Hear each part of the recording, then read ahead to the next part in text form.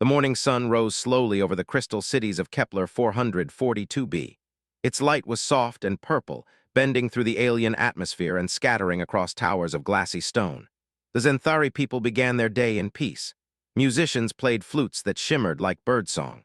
Children chased each other through gardens where food and flowers grew together. Painters lifted their brushes toward the light, trying to capture the glow of the dawn.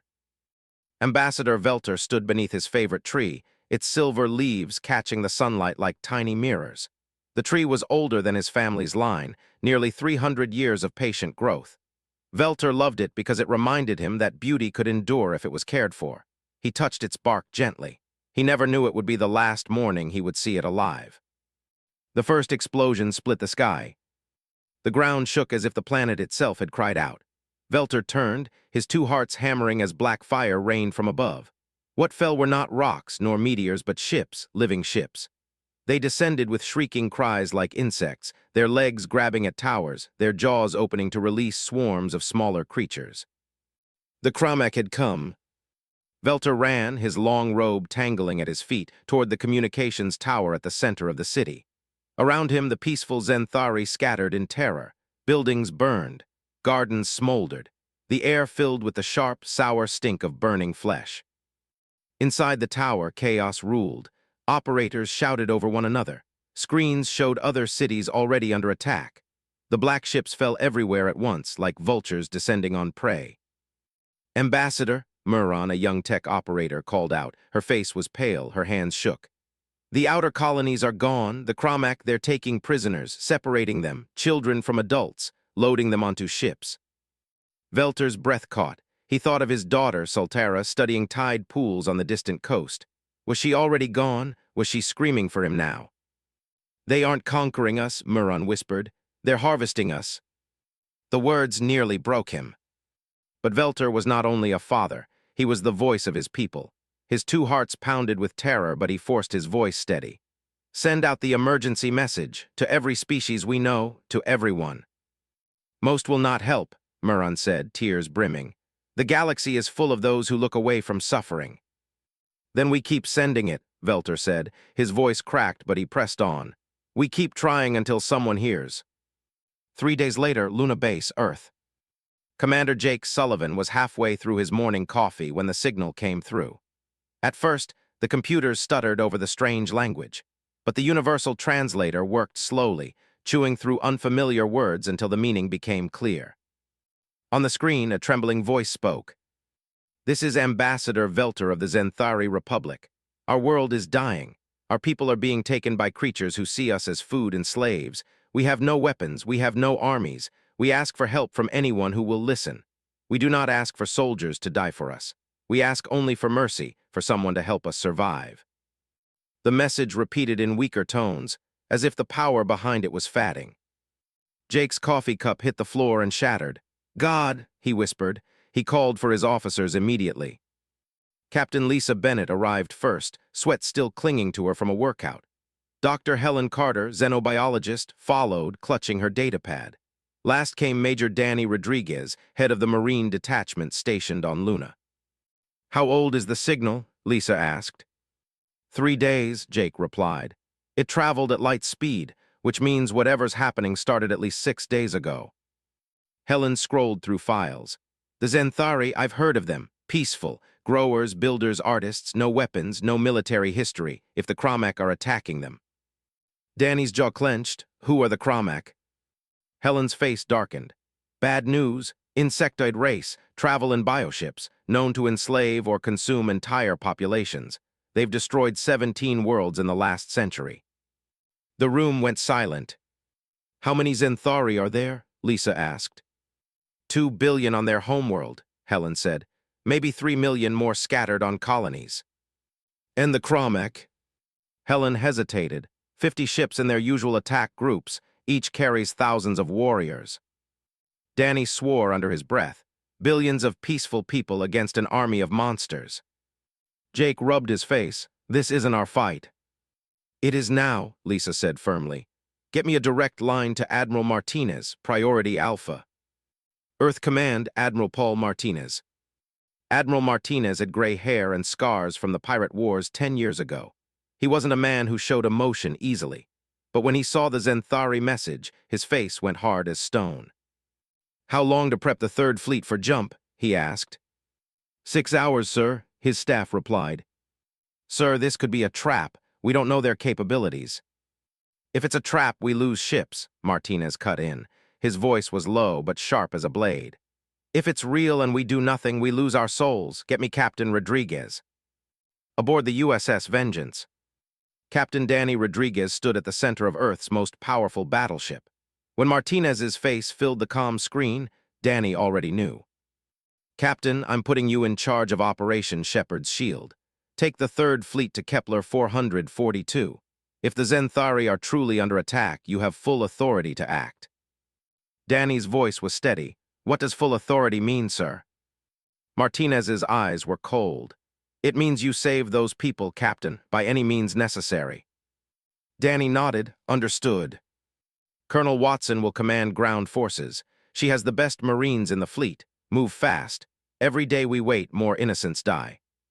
"Yes, sir." When the channel closed, Danny stood alone for a long moment. He thought of the message, "We ask only for mercy." He clenched his fists. Mercy wasn't enough, not this time. Earth would give the Zenthari mercy, yes, but Earth's kind of mercy came with steel, fire, and justice. 36 hours later, edge of Kepler 442. The Earth fleet dropped out of hyperspace, 12 ships, humanity's best. On the bridge of the Vengeance, Danny Rodriguez stared at the main screen. His stomach twisted at the sight. The planet below burned. Black bioships circled it like vultures. Between them floated massive cages of metal and flesh. Through transparent walls, thousands of Zenthari could be seen, packed like animals, crying for help. Colonel Watson stepped beside him. Her voice was ice. "They're separating children from adults." Helen Carter's hands shook on her tablet. "They're calling it harvesting." The communications officer's voice cracked. "Sir, we're receiving a direct signal from the lead Cromac ship." "Put it through," Danny ordered. The screen changed. A creature appeared, half spider, half reptile, with 4 glittering eyes. Its mouth worked in wet clicks, but the translator quickly formed words. "I am Fleet Commander Thexar of the Cromac Empire. You must be the humans. How amusing, 12 ships against 42. You are either very brave or very stupid." Danny's jaw tightened. "You will release the prisoners and leave this system immediately." Thexar's mandibles spread in something like a grin. "Or what, little human? You think your species can defy the natural order? The strong consume the weak." The screen split suddenly. A live feed appeared. Inside one of the prison cages, dozens of Zenthari children huddled together. Cromac guards entered, carrying weapons crackling with energy. "These little ones cry for their parents," Thexar said almost playfully. "Watch as we ease their pain." "No," Danny shouted. The weapons fired. Screams filled the bridge. Small bodies convulsed and fell. The feed cut. Thexar leaned closer to the camera, his eyes glowing with cruel joy. "That, human, is what happens when the weak beg for mercy. Now will you beg too?" The transmission ended. Silence fell over the bridge. Every face turned toward Captain Rodriguez. The air itself felt heavy with rage. Danny spoke quietly, but every word was steel. "No, we don't beg." His eyes burned as he looked at his crew. "We fight." The silence on the bridge of the USS Vengeance was suffocating. Smoke still lingered in the air from overworked systems. The crew stared at the blank screen where Commander Thexar's cruel face had vanished. Everyone had heard the children's screams. Everyone had seen them die. Captain Danny Rodriguez stood still, his fists clenched so tightly his knuckles turned white. He had been in war before. He had seen pirates butcher civilians, but this was different. The Cromac had murdered children live on broadcast, not for strategy, not for gain, but for pleasure. Major Helen Carter wiped her eyes with the back of her hand. She was trembling, but her voice was steady. "They wanted us to see that. They wanted to break us." Danny turned toward her, his face like stone. "Then they made the biggest mistake of their lives." Colonel Amy Watson, the Marine commander, stepped forward. Her voice was low, but filled with an iron edge. "Sir, my people are ready, right now. You give the word, we'll board those prison ships and tear those bugs apart." Danny exhaled slowly. He had to think, not rage. He had to lead. 12 against 42, he said, scanning the tactical displays. We can't outgun them, but maybe. His eyes narrowed as the ship's schematics and biological data scrolled across the hollow display. Maybe we don't need to. The plan. Dr. Carter, Danny said, turning sharply. These bioships, they're alive, right? Yes, Helen said, pulling up her tablet. Part organic, part machine. They have nervous systems, circulatory structures, even what looks like primitive brains. The weapons are grafted on. The ships themselves are living creatures. Do they feel pain? Helen hesitated, then nodded. Yes, absolutely. Danny looked at his tactical officer, Lieutenant Gary Kim. If they're alive, then we don't have to kill them. We just have to hurt them. Kim blinked, then his eyes widened as the realization spread. Sir, if we target their nervous clusters instead of their armor plating. They shut down, Danny finished, paralyzed, helpless. Colonel Watson grinned, her teeth flashing like a wolf. And then we board them, free the prisoners, make an example. Danny nodded grimly. Exactly, Operation Brightblade. The crew looked at each other. The name meant nothing to them yet, but it carried weight, sharp and dangerous. We split the fleet into 3 groups, Danny said, packing as he spoke.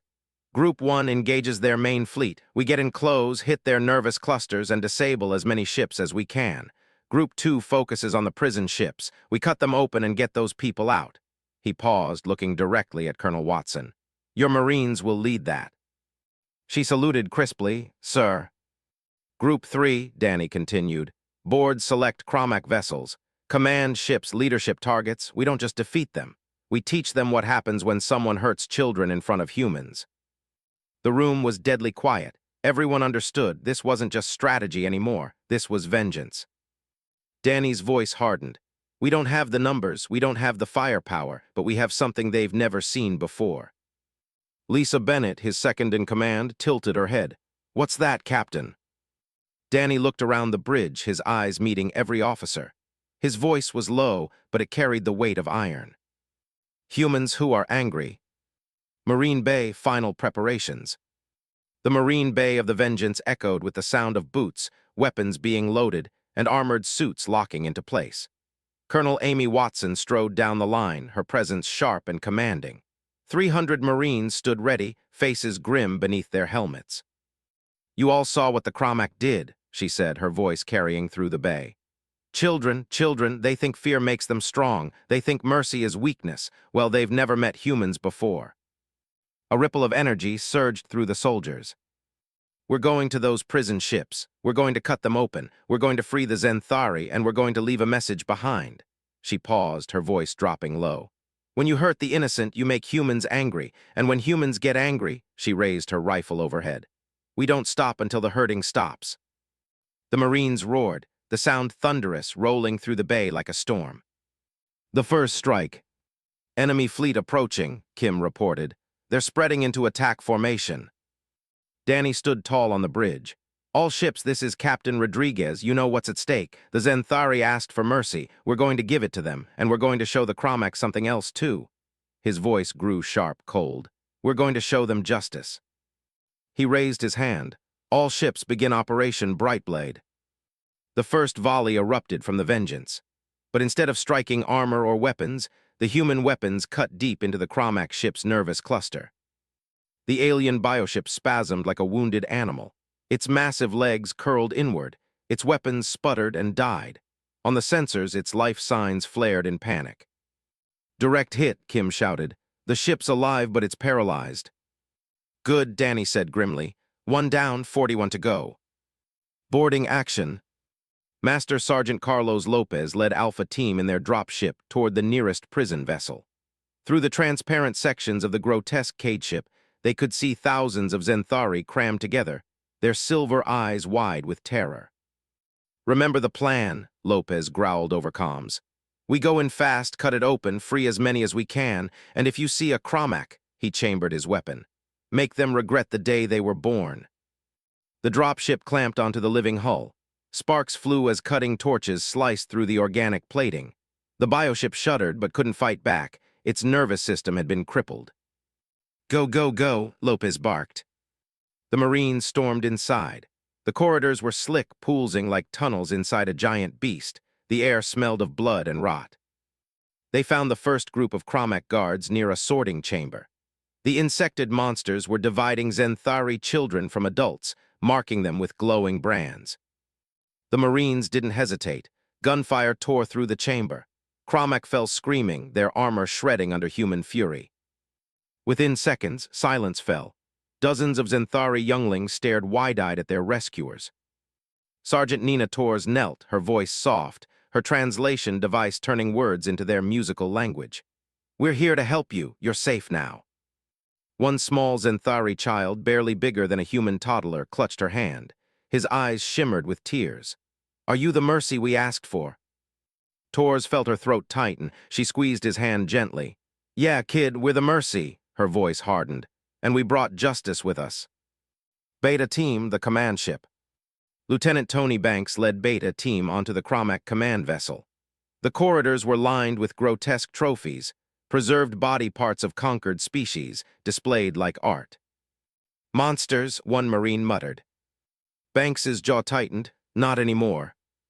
They stormed the command chamber, cutting down Cromac officers mid-command. The alien crew panicked, their hive-like coordination shattering under the sudden human assault. Within minutes, the command ship was silent, its bridge under Marine control. Banks keyed his comm. "Beta Team to vengeance, the Cromac command ship is ours." On the bridge, Danny watched the tactical display. Human ships darted among the Cromac fleet, disabling bioships one by one. Marines boarded prison vessels, their signals flashing green as thousands of Zenthari were freed. It was working. Against impossible odds, it was working. But then, Captain Kim shouted, "We're intercepting Cromac transmissions, reinforcements inbound, a lot of them." Danny's blood ran cold. "How many?" Kim's face was pale. 68 ships, bigger than the ones we're fighting now." The bridge went silent. Helen Carter's voice trembled. This isn't their fleet, it's just the first wave." Danny stared at the screen, his fists clenching. 12 human ships already bleeding, already stretched thin, against 68 more. His voice dropped to a whisper only the bridge could hear. "God help us." The bridge of the Vengeance was silent except for the hum of failing systems and the faint buzz of the tactical display. The Earth fleet had done the impossible. 12 ships had paralyzed more than 40 of the Cromac's living warships. Marines were cutting through prison vessels, pulling thousands of terrified Zenthari into drop ships. Hope, fragile, unbelievable hope, hung in the air. Then Lieutenant Kim's voice cracked the silence. "Captain, Cromac reinforcements detected. 68 ships, entering system edge now." For a moment no one spoke. The weight of the number pressed down like gravity itself. 68 ships, each larger and deadlier than the ones they'd just fought. Colonel Watson's eyes narrowed. "That's impossible. They never commit that much force to a single world." "They do now," Dr. Helen Carter whispered. She scrolled through intercepted Cromac transmissions, her face pale. "This was never just about the Zenthari, this was bait." She looked at Rodriguez, her voice trembling. "They wanted us here." Danny Rodriguez felt his chest tighten. The Zenthari hadn't just been victims, they'd been the lure in a trap set for humanity. Revelation in the medical bay. On the Cromac prison ship, Master Sergeant Carlos Lopez led his Marines through what could only be described as a medical chamber. Alien instruments glistened with fluids.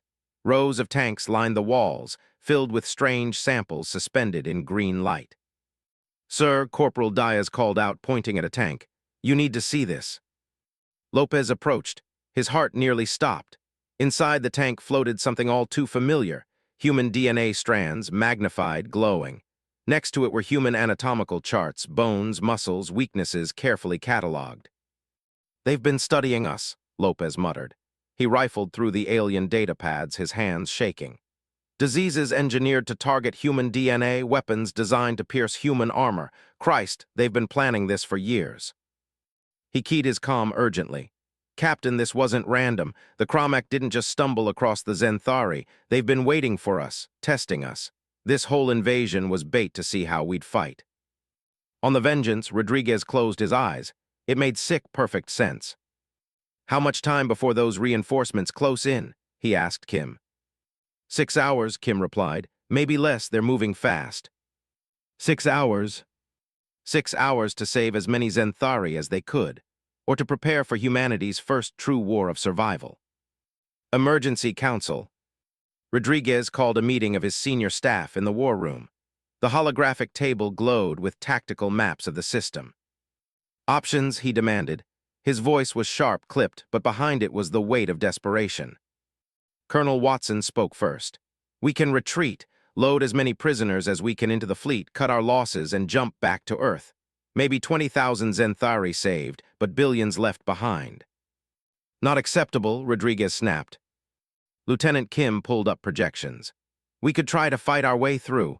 Our weapons work against their nervous clusters, but 68 ships. We'd disable a few before they overwhelm us. Also not acceptable. Dr. Carter hesitated, then slid her datapad onto the table. I've been analyzing their neural frequencies, the signals the Cromac used to coordinate their bioships. If we amplify and disrupt those frequencies, we could shut them all down. Watson frowned. You're talking about disabling 68 ships at once. Yes, Carter said. The ships share a common biological heritage. A single broadcast could trigger a system-wide collapse, but what? Rodriguez pressed. We need to broadcast from close range, Carter said softly. Within a few hundred kilometers of their command ship, and the signal has to run for 10 straight minutes to overload their neural networks. Watson's jaw dropped. 10 minutes, in the middle of an enemy fleet that size, no ship could survive that long. The room fell silent. Everyone knew what Carter's plan meant. It wasn't a mission, it was a sacrifice. Rodriguez leaned on the table, staring at the hologram of the Cromac armada forming at the system's edge. His voice was quiet, almost to himself. If that's what it takes to save them, then that's what we'll do. The weight of command. Back on the bridge, Rodriguez watched as freed Zenthari poured into human ships. Thousands saved already, tens of thousands more still trapped. Captain, Colonel Watson said quietly, joining him at the viewport. You can't be the one to fly that mission. The Vengeance is the fleet's command ship, if we lose you. If we don't try it, Amy, Rodriguez interrupted. We lose everything. We lose the Zenthari. We lose Earth. We lose the future. Watson's jaw tightened. She wanted to argue, but she saw the fire in his eyes. She saluted instead. Then I'll make sure the evac runs smooth. You'll have your 10 minutes, sir, no matter what it costs. Zenthari, thanks.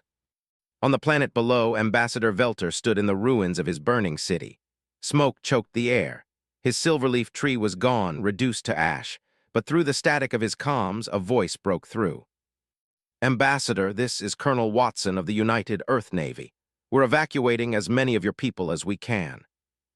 Velter closed his eyes, tears streaking his face. You came. The galaxy looked away, but you came. Watson's voice was steady. We don't look away when children cry for help. Velter looked up at the purple sky where human ships fought for his people. For the first time since the invasion began, he felt hope. The enemy moves.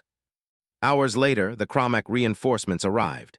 68 living warships, larger and more grotesque than the first wave, dropped out of hyperspace in perfect formation. They surrounded Kepler 442b like a tightening noose. On the Vengeance, alarms screamed. The tactical display filled with red. Captain, Kim said, his voice shaking. They're not moving to engage us directly. They're aligning for orbital bombardment. Carter's face went pale. Not bombardment. Look at the readings. They're loading biological dispersal agents. They're going to sterilize the planet. Everything, every plant, every Zenthari dead in hours. Rodriguez felt the blood drain from his face. How long? 2 hours, Kim whispered. 2 hours until extinction. The choice. The bridge crew looked at Rodriguez. They waited for his order. Run, fight, sacrifice. He thought of the Zenthari message. We ask only for mercy. He thought of the children who had died on the broadcast. He thought of Earth, of his brother Jake back on Luna, of the millions of innocents who didn't know that humanity's war for survival had already begun. Rodriguez drew in a breath. His voice was calm, steady iron. Prepare the frequency device. Transfer evac command to Colonel Watson. The Vengeance will deliver the signal. The crew froze. Sir, that's an order, Rodriguez barked. His eyes softened for just a moment. Get them out, save who you can, tell Earth what happened here, tell them about the Zenthari and about us. Silence, then slowly his officers saluted. The die was cast. The Vengeance would make its last stand. The USS Vengeance drifted at the center of the battered human fleet, scars of battle still burning across her hull. She had been built as a warship, the pride of Earth's Navy, but now she was something else. A symbol, a blade drawn in defiance. Captain Danny Rodriguez stood at the viewport, watching the vast swarm of Cromac reinforcements gather like a storm. 68 living warships spread across orbit, their grotesque bodies pulsing with anticipation. The tactical display showed their intent as clear as words. Encircle, release biological agents, sterilize the planet. Rodriguez's crew waited. They all knew what his decision meant. They all knew the Vengeance would not return, yet not one officer moved to leave their post. "Dr. Carter," Rodriguez said, his voice steady. "Status of the frequency device." The xenobiologist's face was streaked with soot. A bandage wrapped hastily across her temple, but her eyes burned with determination. "Device is ready. Range is limited. We'll need to get within 500 kilometers of their command vessel." Rodriguez nodded. Lieutenant Kim coursed to intercept. Kim swallowed hard, but his voice was firm. "Plotted, sir. Direct approach through their fighter screen." Colonel Watson's voice crackled over comms from the USS Justice, now acting as evacuation command. "Danny, you don't have to do this yourself. Transfer the device to a smaller craft. I'll find volunteers." Rodriguez's jaw tightened. "No, Amy, this is my ship, my crew. We'll carry it." Watson was silent for a moment. Then, "Understood, we'll cover you, just don't make it easy for them." A faint smile touched Rodriguez's lips. "Never." Marine Bay, words before battle. In the Marine Bay, Master Sergeant Carlos Lopez addressed his troops. They had been pulling Zenthari out of prison ships non-stop, but now their mission was shifting. They weren't just rescuers anymore, they were guardians for the Vengeance's final run. "You've all seen what these bugs do," Lopez said, his gravelly voice echoing through the chamber. "You saw the kids, you heard their screams. Today we make sure no more of them suffer." One Marine, Private Torres, raised her voice. "Sergeant, we're not coming back, are we?" Lopez looked at the young soldier. He didn't lie. "Maybe not, but the Zenthari will, billions of them, because of us." He hefted his rifle, slamming it against his armor. "That's what we call a good trade." The Marines roared in reply, slamming their weapons in unison. The sound reverberated like thunder, shaking the bay. "The push begins." "Enemy fighters inbound," Kim reported. "Hundreds of them." On the main screen, swarms of small, insect-like craft broke away from the Cromac fleet, streaking toward the Vengeance like black locusts. "All batteries," Rodriguez ordered, "target the fighters, buy us room." The Vengeance's guns roared to life. Streams of plasma and railgun slugs ripped through the void, shredding the first wave of enemy craft. Explosions lit the darkness like falling stars. But for every fighter destroyed, more emerged. They swarmed the human ship, clawing at its hull, raking at its armor. Warning alarms shrieked as sections of plating buckled. "Deck 7 breach," an officer shouted. "Seal it," Rodriguez barked. The ship groaned, but it pressed forward, carving a bloody path through the swarm. Inside the fire, in the corridors of the Vengeance, Marines fought off boarding parties. Cromac drones slashed through bulkheads, their mandibles dripping with acid. The hallways became killing grounds, plasma fire in close quarters, the stink of burning alien flesh mixing with the copper tang of human blood. Sergeant Lopez waded into the fight, his rifle blazing. "Hold the line, this ship doesn't stop." Private Torres jammed her knife into a Cromac's throat, yanking it free with a snarl. Not one step back. The Marines fought like demons, their anger driving them past exhaustion, past fear. They weren't fighting for themselves. They were fighting for the Zenthari children hiding in dark corners of prison ships, waiting for rescue. The Zenthari watch. On the planet's surface, Ambassador Velter and the surviving Zenthari huddled in shattered gardens, watching the sky. Through makeshift scopes, they saw the human ship blazing against the swarm. A young Zenthari child, clutching Velter's hand, whispered, "Are they leaving us?" Velter shook his head, tears streaming down his face. "No, child, they are fighting for us. They are showing us mercy." He whispered it again, as much to himself as to the child. Mercy and something more. Near the command vessel, The Cromac command ship loomed ahead, vast as a floating city. Its chitinous armor glistened in the purple light, its spines bristling with weapon grafts.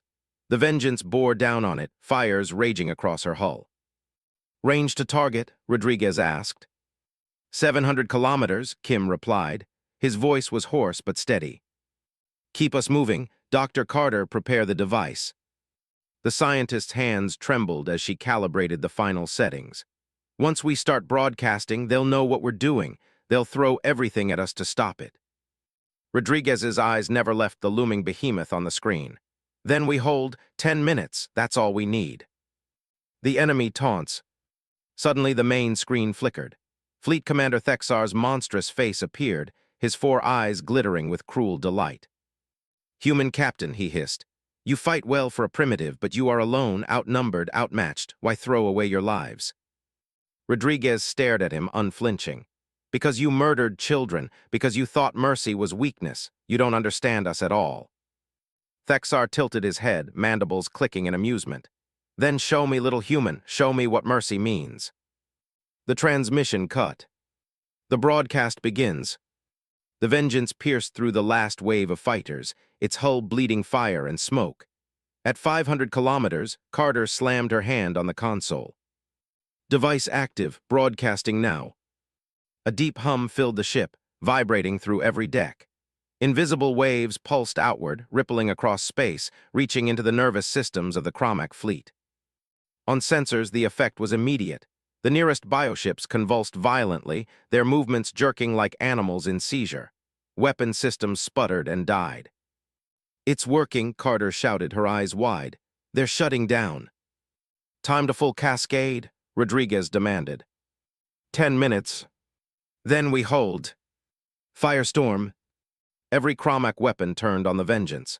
Beams of energy and organic projectiles slammed into the human ship, tearing through decks, collapsing bulkheads. Fires raged. Systems screamed in agony. "Engines failing," Kim shouted. "Route all power to shields and the device," Rodriguez ordered. On the lower decks, Marines fought and died, holding back wave after wave of boarders. Sergeant Lopez dragged a wounded Marine into cover, blood soaking his own armor. "How long?" the Marine gasped. 8 minutes, Lopez said, his voice grim. "Plenty of time." The Zenthari answer. On the planet below, Ambassador Velter received the news from monitoring stations. The human ship was broadcasting something that crippled the Cromac. The Zenthari survivors gathered in the ruins of their crystal city. They watched the heavens as the Vengeance fought alone against impossible odds. "They're going to die," someone whispered. Velter raised his voice, his heart's breaking. "Then they will die so that we may live, and we will remember them forever."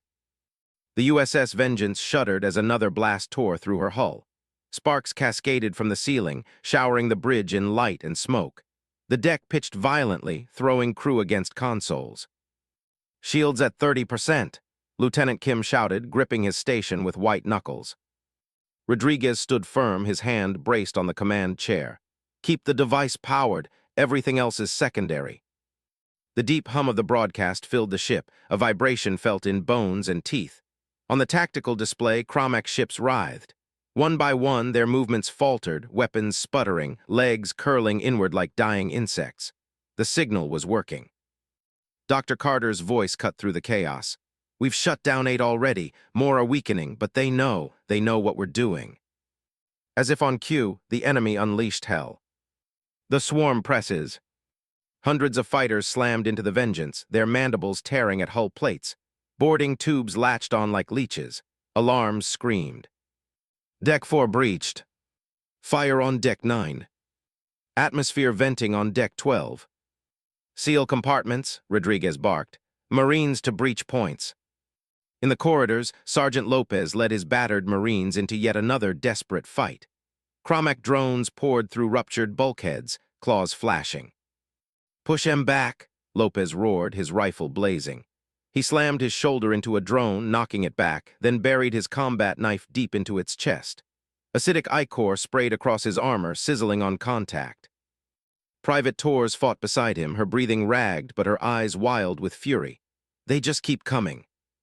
Lopez shot another drone point-blank, then reloaded with mechanical calm. Then we just keep killing. 5 minutes remaining. On the bridge, Kim's voice broke through the smoke. Half the fleet disabled, Captain, but they're concentrating fire on us now. Hull integrity down to 50%. Carter's hands shook as she recalibrated the frequency. Sweat streaked through the dirt on her face. We're holding them, just hold 5 more minutes. A sudden explosion rocked the ship. Carter was thrown from her station, crashing hard against the wall. Blood ran from her forehead. Doctor, Rodriguez dropped to her side, hauling her upright. I'm fine, she coughed, forcing herself back to the console. The device, it has to keep running, we can't stop now. Rodriguez met her eyes, and for a moment his hard exterior cracked. You're stronger than all of us. Carter's lip trembled, but she pressed on.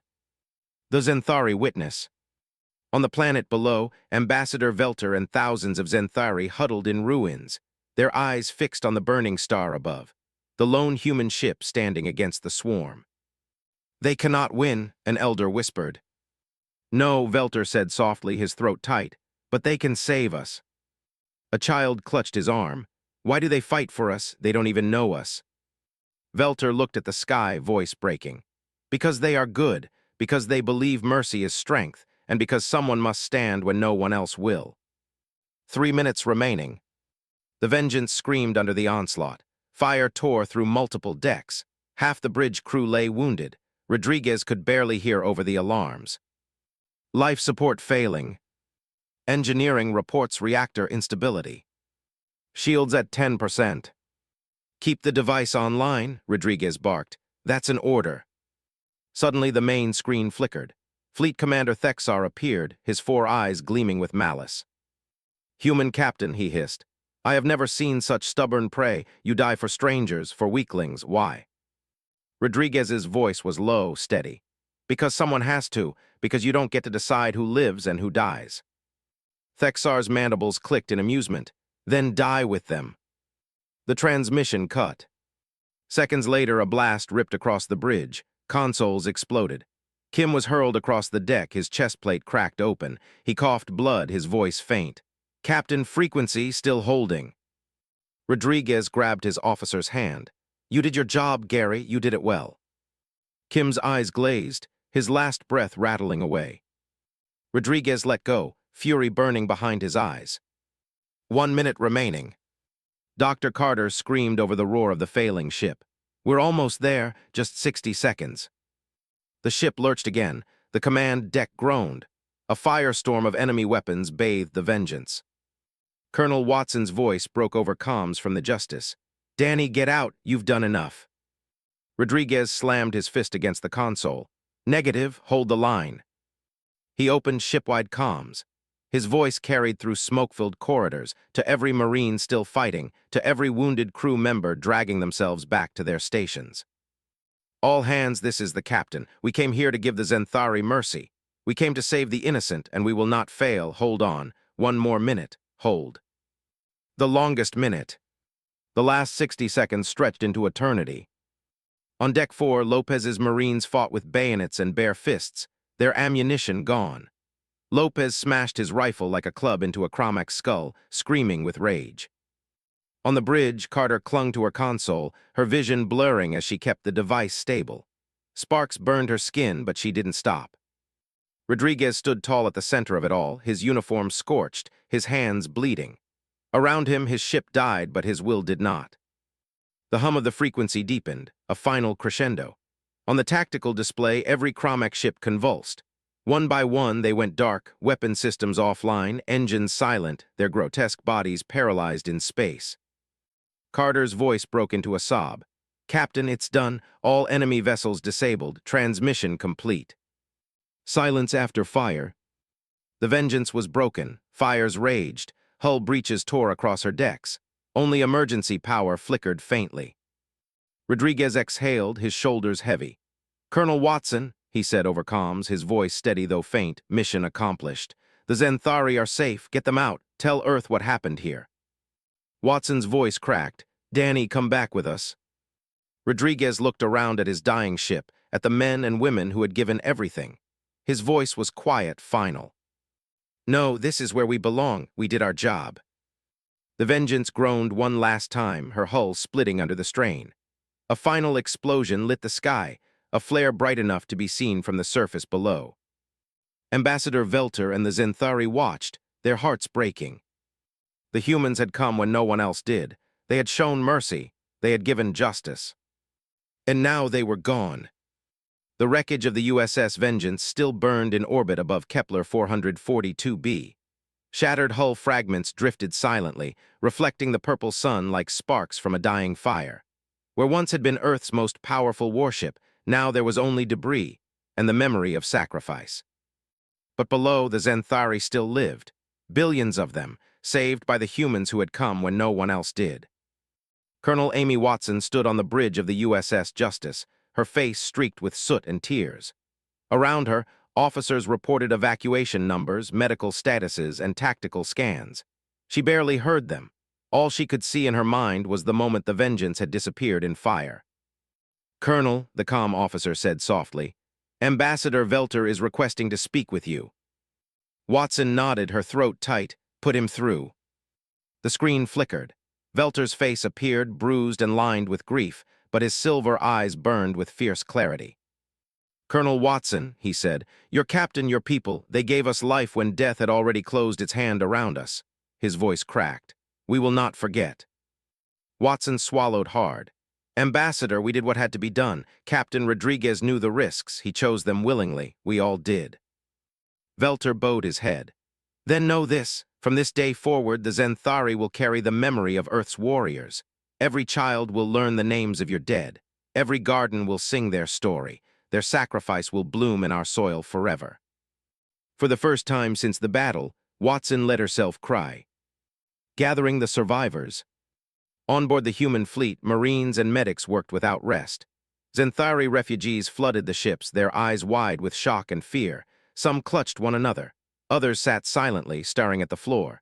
The humans gave them water, food, blankets. Sergeant Carlos Lopez staggered through the medical bay, his armor dented and soaked with dried blood. He carried a small Zenthari child in his arms, carefully placing him on a cot where a medic could check him.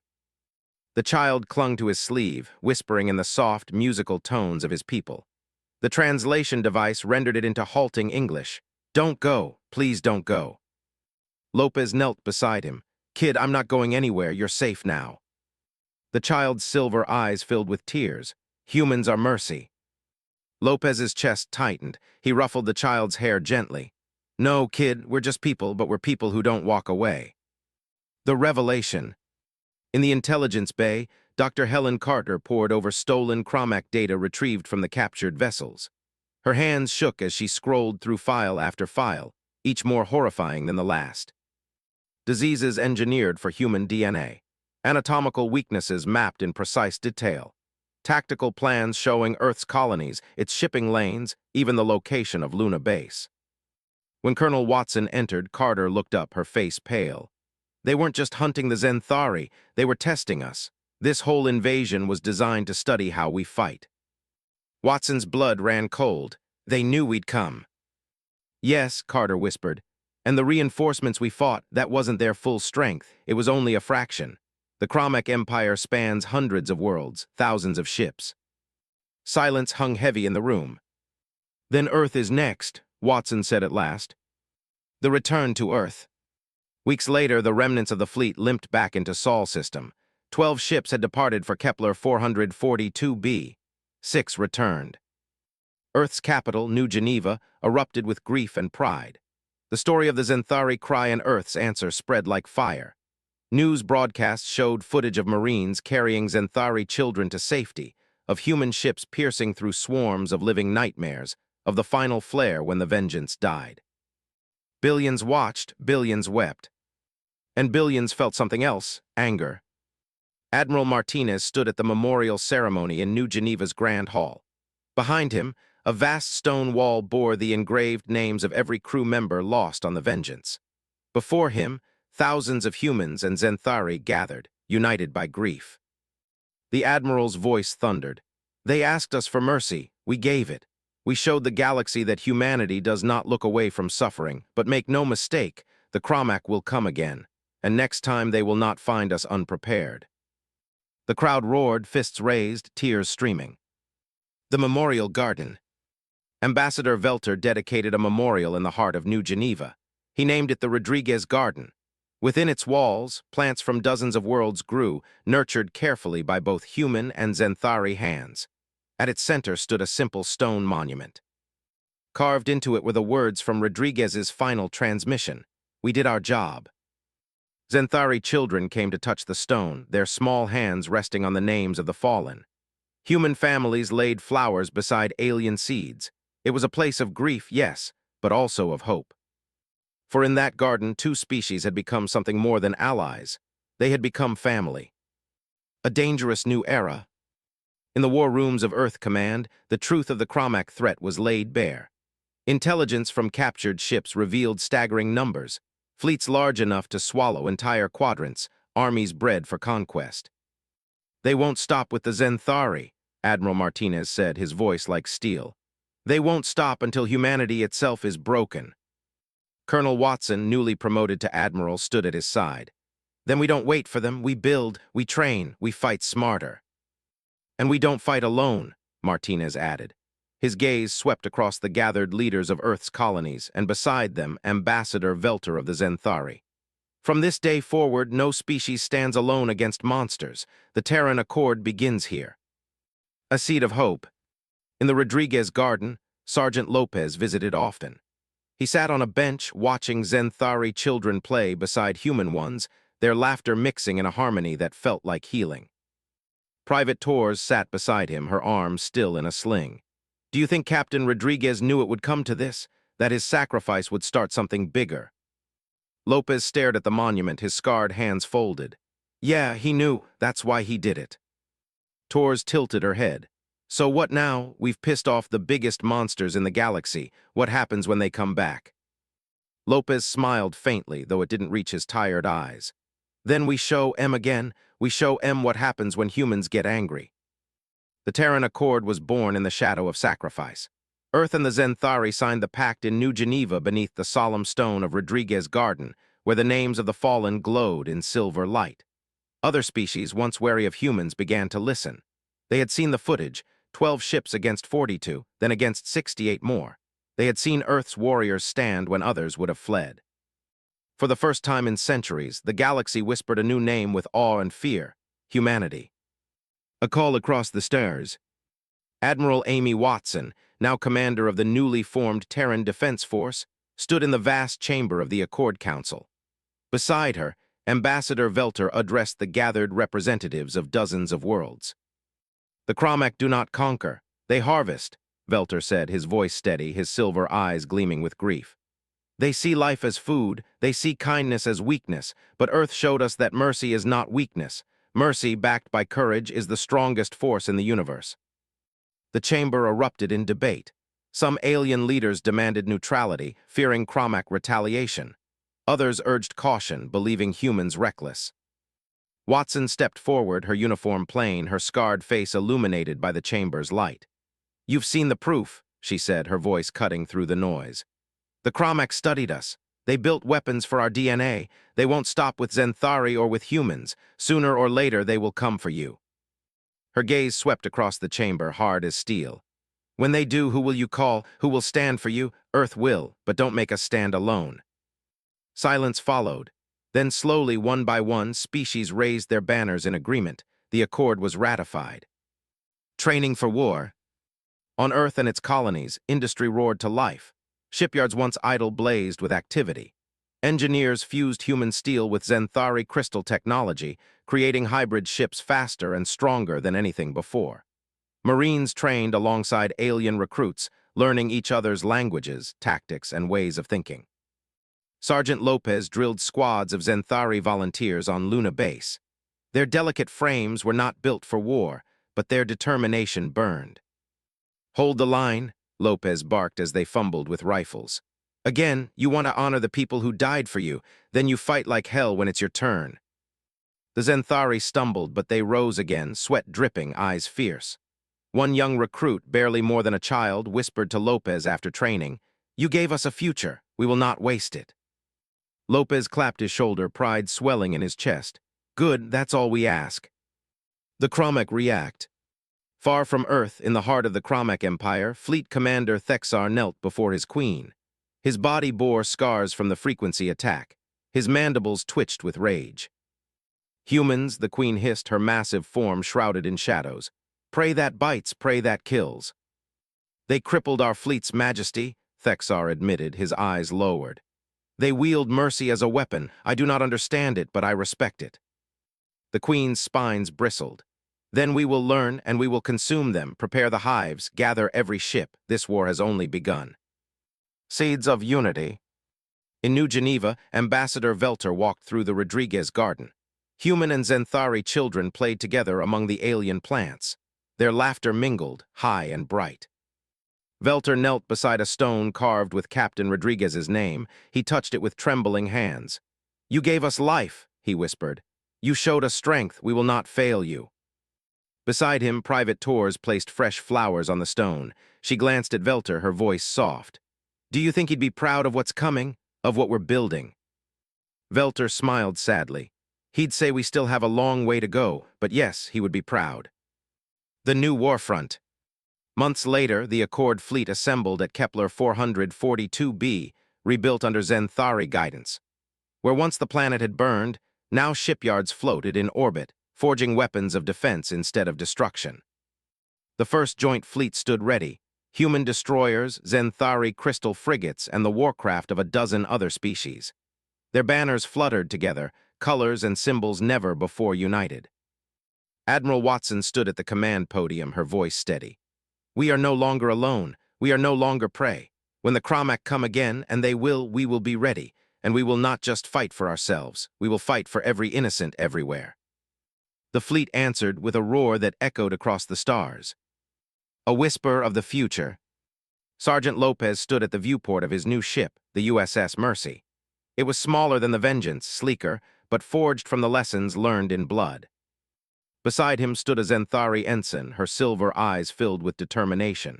Is it true, she asked, that humans have a saying, when the innocent ask for mercy, your warriors always answer? Lopez chuckled, though his eyes were heavy with memory. Yeah, it's true. You'd better remember it too, kid, because one day it'll be your turn to answer. The ensign nodded solemnly. Then we will. Historians would later call it the Day of Mercy. The day when Earth answered the Zenthari's cry, when a single human ship stood against an empire. The Kromek learned fear that day. The galaxy learned hope. And humanity found its place among the stars, not as conquerors, not as overlords, but as guardians. Dangerous to enemies, merciful to friends. A species that would not walk away when children cried out in the dark. At the heart of Rodriguez Garden, beneath the silver leaves of a transplanted Zenthari tree, stood the monument. Its stone bore simple words that echoed across generations, carved from Captain Rodriguez's final message. We did our job, and the galaxy would never forget.